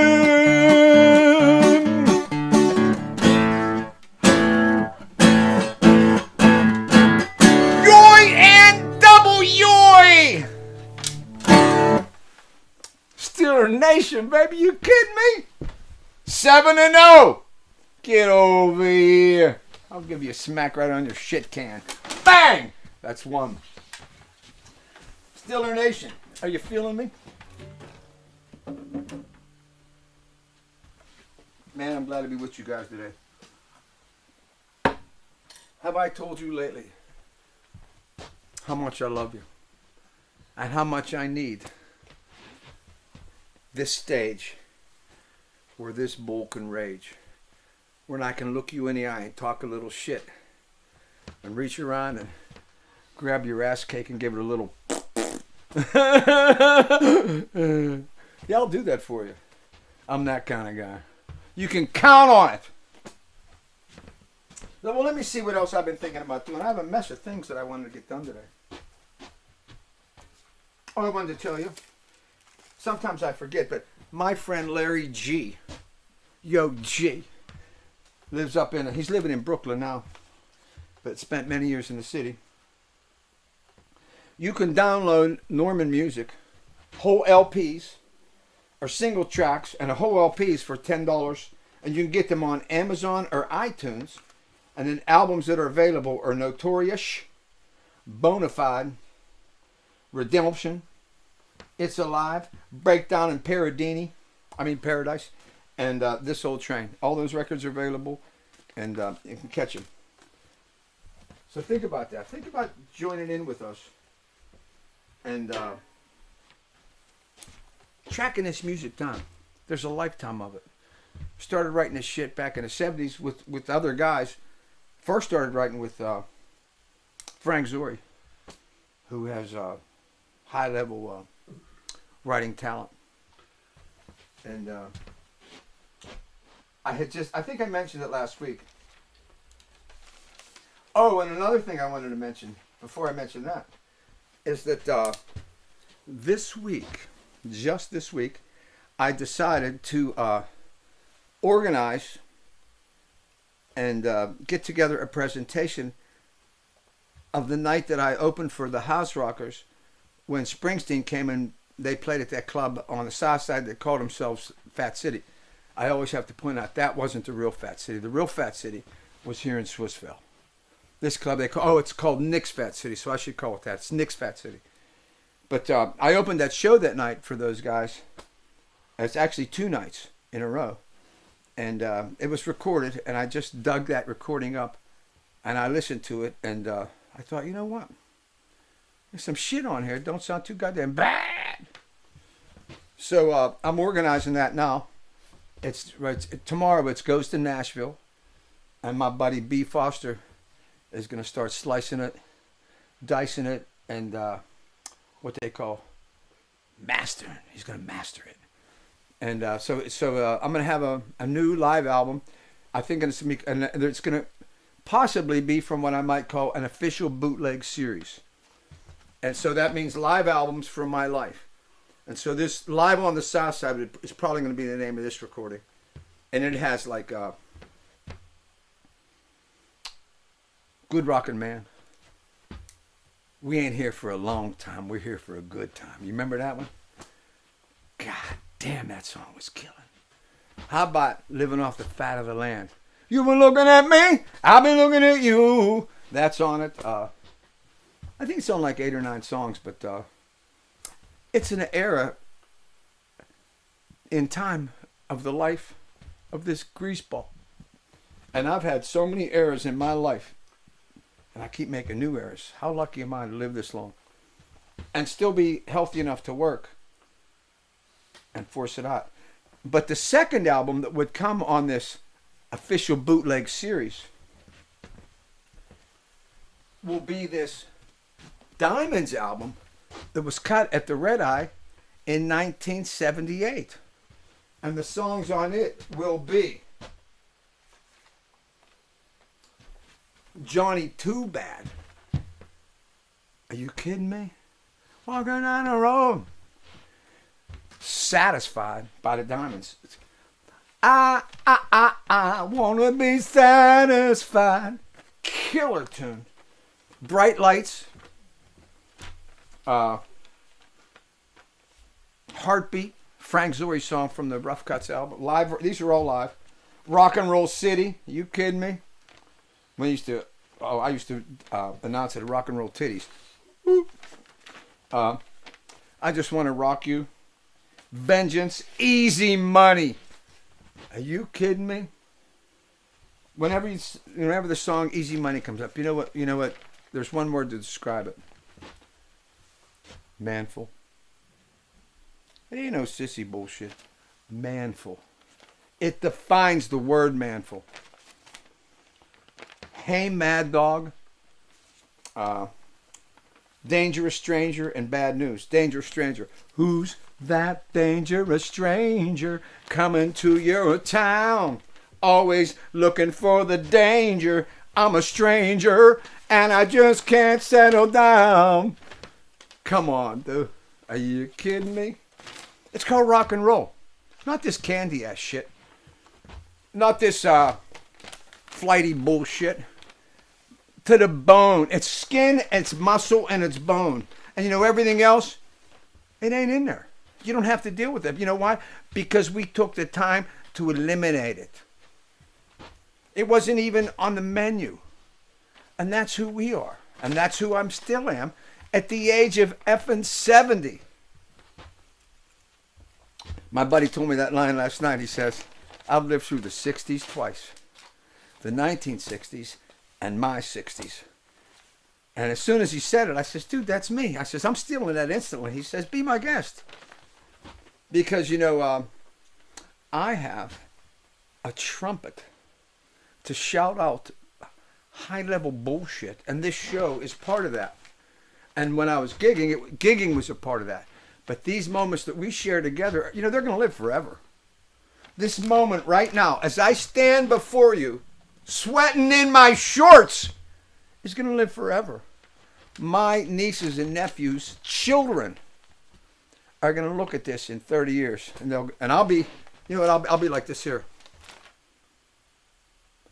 But my nieces and nephews' children will say, I fell off the same tree as that big mouth, self-loving greaseball. How fantastic is that? I'm going to live forever.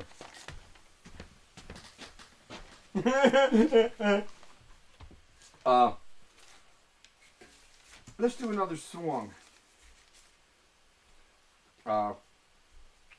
Which one shall we do? Oh, let's try this.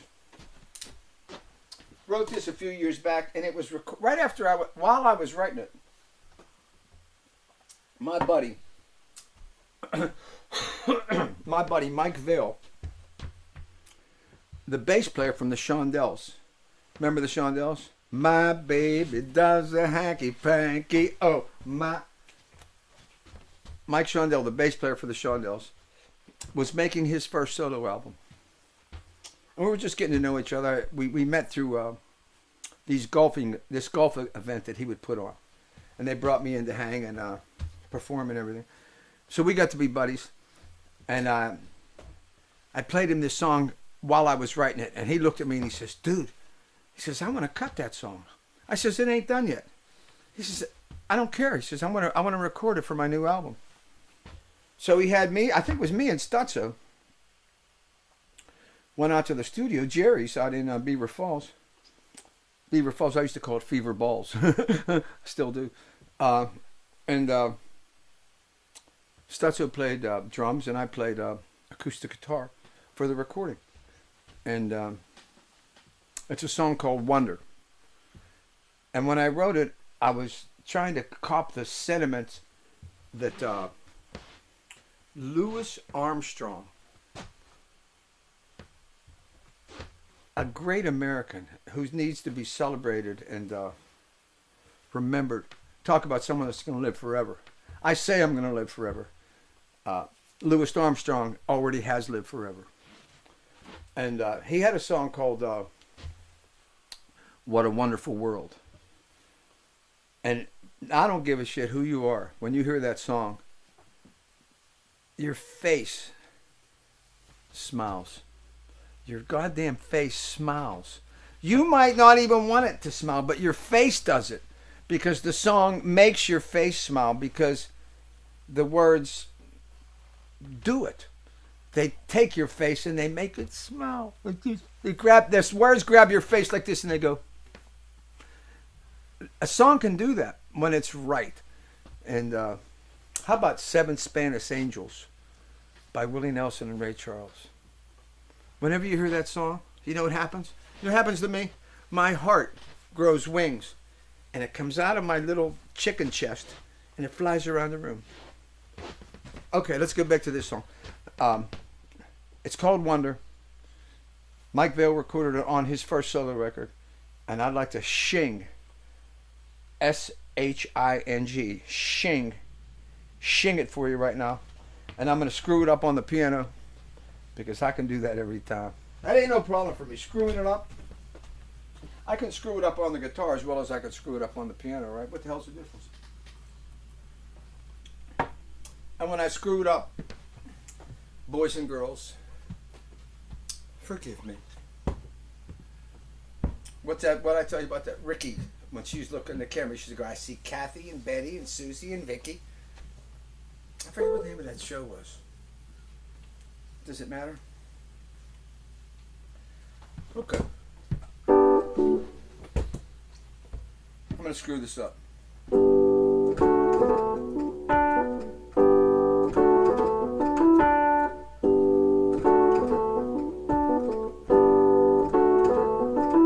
There's a mountain stream trickling down to a rumbling river, ocean bound, with rippling waves and a toe pulling under. We're living in a world with all its wonder,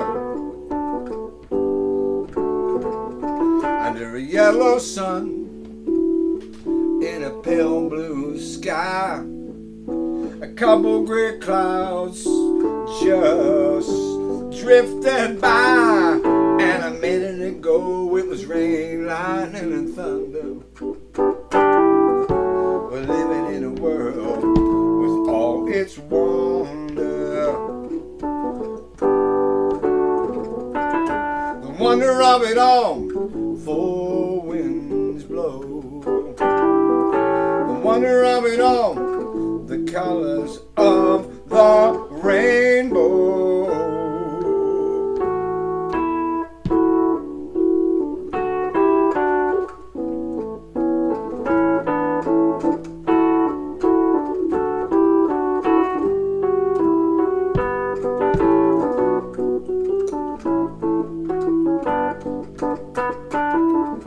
We're living in a world with all its wonder. There's a field of corn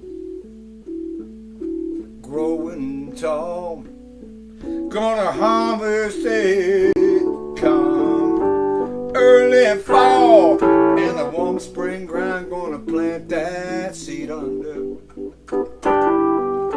We're living in a world,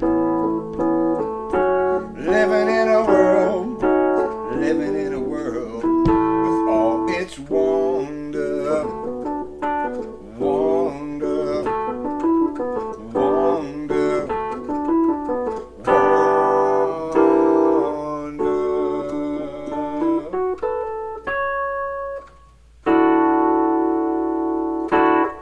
Wonder!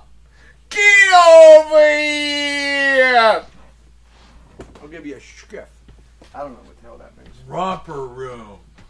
Yes, Tom. Thank you, Tom. No, some member of our lovely audience. Who was it? What's the name on it? Several of them. Oh, okay. Bunch of them. Ricky and Copper. Yes. Okay. Then remember when they'd look in the I think they said I look in the magic mirror. Gina Capriati remembers. Okay. Yeah, she's a starlighter. And Renee Modico. She's in Altoona. She's from Toontown. Yeah. She lives out there in the middle of the state. Altoona. Hey, But that got a big reaction. So. well, I mean, people, we remember that from when we were little kids. The people who grew up on that. I see Kathy, Betty, Susie, Vicky, and I was a little boy, and can you picture me as a little kid? When I was a little kid, I was known for having bad behavior, and my brother was known for being the smartest kid in the school. And when I was in first grade, my brother was a year older than me, and this girl in our little school was the Cheswick grade school. This girl people were proclaiming her to be smarter than my brother. And it pissed me off. Tom, I didn't like it. I was in first grade. And I thought, I'm going to straighten this shit out right now. So this girl, I wanted to let her know, don't mess with us. So what I did, I had a big earthworm in my hand. And what I did, I went over, and I wanted her to know who we were. You don't mess with her. You don't come in saying you're the smartest kid. You're not. And so what I did, I went over to her, and like I had always would do, I made her laugh like I would make the other kids laugh, doing whatever it was. I can't remember, something stupid. And when she started going, she was laughing like that. As soon as she opened her mouth, I took the earthworm and I threw it in her mouth. And to just let her know, don't mess with the Deenies, because we're beautiful people. That's the kind of little kid I was. I threw a worm in her mouth. God damn it, I love that. That's something, once again, that could be in a movie. That reminds me of when that movie my old lady makes me watch every goddamn Christmas Eve, where they take the kid, he puts his tongue on the flagpole. You know which one that is? Ralphie. I can't remember the name of it. But everybody knows the name of it. But we watched it every Christmas Eve. My hillbilly queen. My old lady's hillbilly. You know, my Uncle Larry says, them hillbilly girls are good hunters. That's what he told me. Hey, guys, I want to thank you for being with us today. We're starting to run out of time here. But let me say this.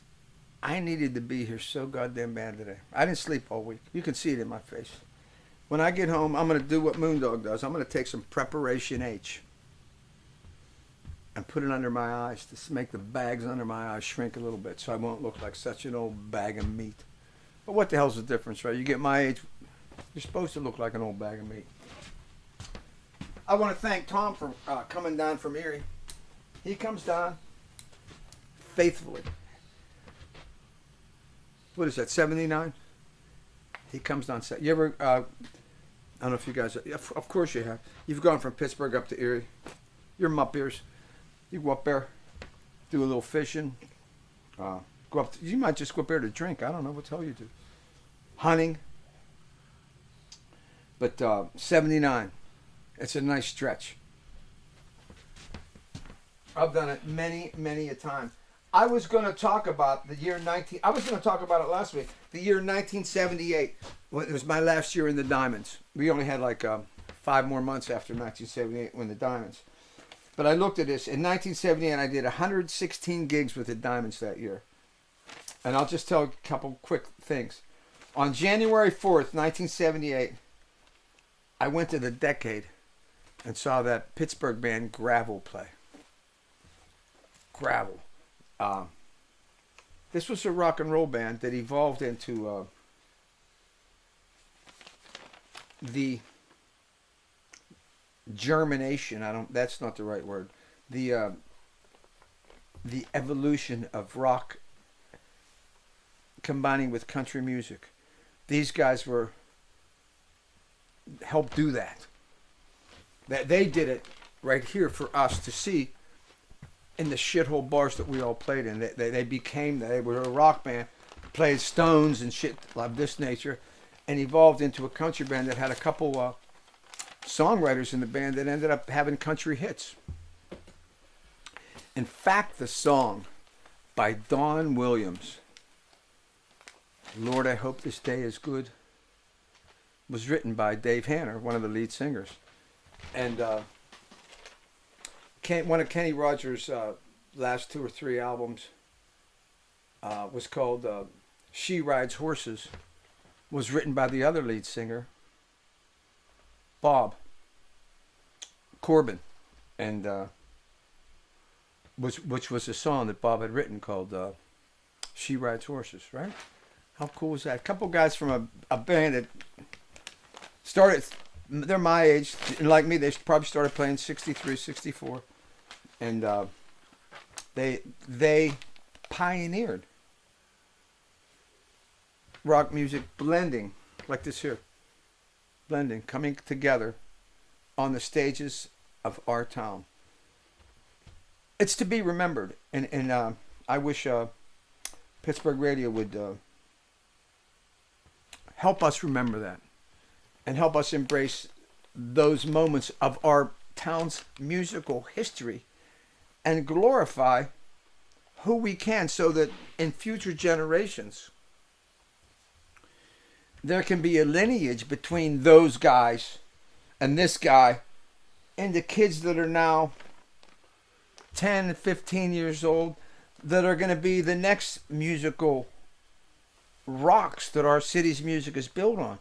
They should know that there's people here that have done things that have significance. And that way these younger people can stand on the rocks that we are. Like they do in Nashville. Like they do in Austin, Texas. Like they do in Chicago. We could do that here if we had corporate leadership that understood something other than being a sports town, which I got nothing against because I'm a part of that. But when I see that legacy of a sports town, I see that we didn't become a music town. We were too goddamn busy being a sports town. Okay. So when I say this shit, it ain't just nothing. But anyway, how about that? I just want to get that said. What else happened during that year? Oh, we'll go over it. We'll try that next time if I got enough time. I want to thank everybody for getting with us. And I'm going to play us out here with a song that I just wrote in the past year or two. And it is a good song for right now in this amazing country we live. You know, in this country and we live, I've lived my whole goddamn life doing exactly what I wanted to do. I never did anything I didn't want to do. Everybody told me that I couldn't be who I've been. People didn't think it was possible to live the life I've lived. But I knew it was there for the taking. I never questioned it once. And I never questioned that this country would let me do it. That it was here for me in this country. And it's here for everybody. It's here for the new generations. The choice to live the life that you dream for yourself. I've lived the life that I've dreamed. How amazing is that? We can still do that in this country. And I'll say it. The greatest country in the world.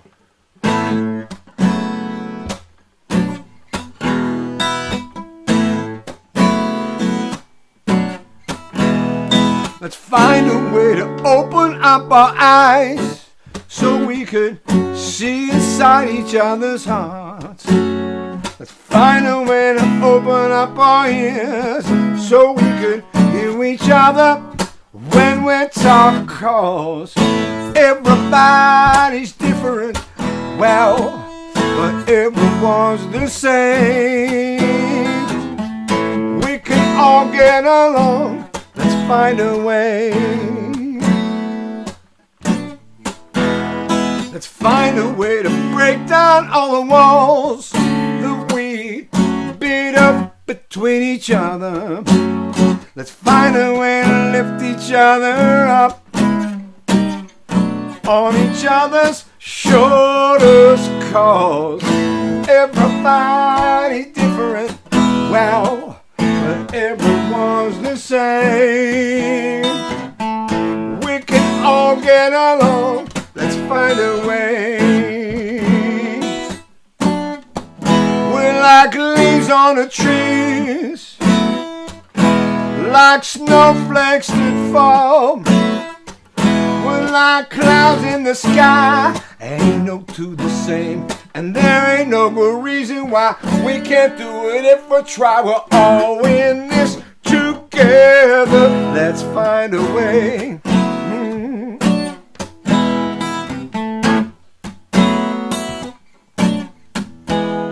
Let's find a way to open up our eyes so we can see the player, not the game.